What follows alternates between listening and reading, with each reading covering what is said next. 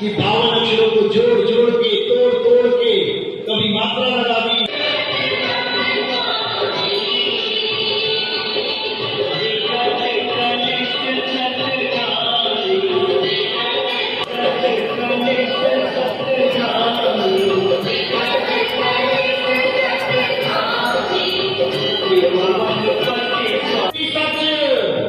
उसको पकड़ो और 52 अक्षर को क्या करो, इसको किनारे कर दो।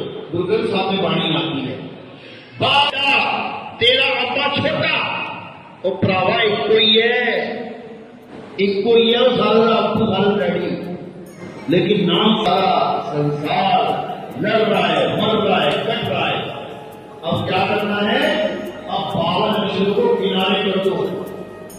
और कबीर साहब समझा रहे हैं, आए एक ही घाट से उतरे एक ही घाट हो गए बालाघाट। कहते सब एक देश से आए, हम सब एक पिता के बालक हैं। जब एक पिता के बालक हैं। नितिन दास है और मैं कबीर पंथ के प्रचार में लगा हुआ हूँ 2010 से।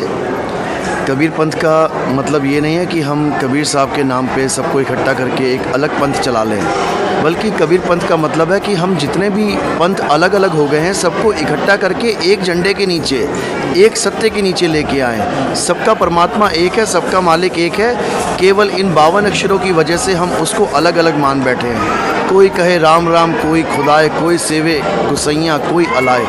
केवल अक्षरों का भेद है। जैसे पानी के कई नाम रख दिए गए हैं, जल, वाटर, नीर, तोय पानी, लेकिन वस्तु एक है। इसी प्रकार परमात्मा एक है, चाहे उसे अल्लाह कहो, चाहे वाहिगुरु, चाहे गॉड, चाहे रब, वो एक ही है। लेकिन उस एक को ना जानने के कारण हम अनेक हो गए हैं। तो हमारे जीवन का एक ही लक्ष्य है कि अब उसको जो एक है सब समाज तक पहुंचाएं, उस ज्ञान को सबको एक सत्य तक पहुंचाएं और सबको एक कर दें। हिंदू, मुस्लिम, सिख, ईसाई का भेद ख़त्म कर दें। ये ऊंची जात, छोटी जात, बड़ी जात, ये इसका भेद ख़त्म कर दें। ये जितने भी वर्ण व्यवस्था है इस सब का भेद ख़त्म कर दें और सब एक हो जाएं।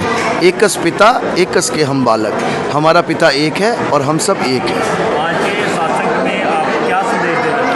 आज के सत्संग में मेरा यही संदेश था कि हम 52 अक्षरों को त्याग के उस आदि अक्षर को जानें।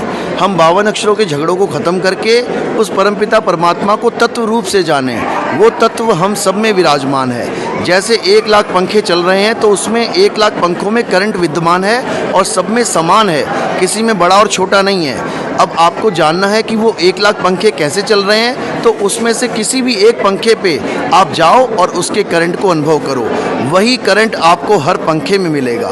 इसी को बोला गया है, तुझ में राम, मुझ में राम, सब में राम समाया, और सबसे कर लो प्रेम, जगत में कोई नहीं पराया।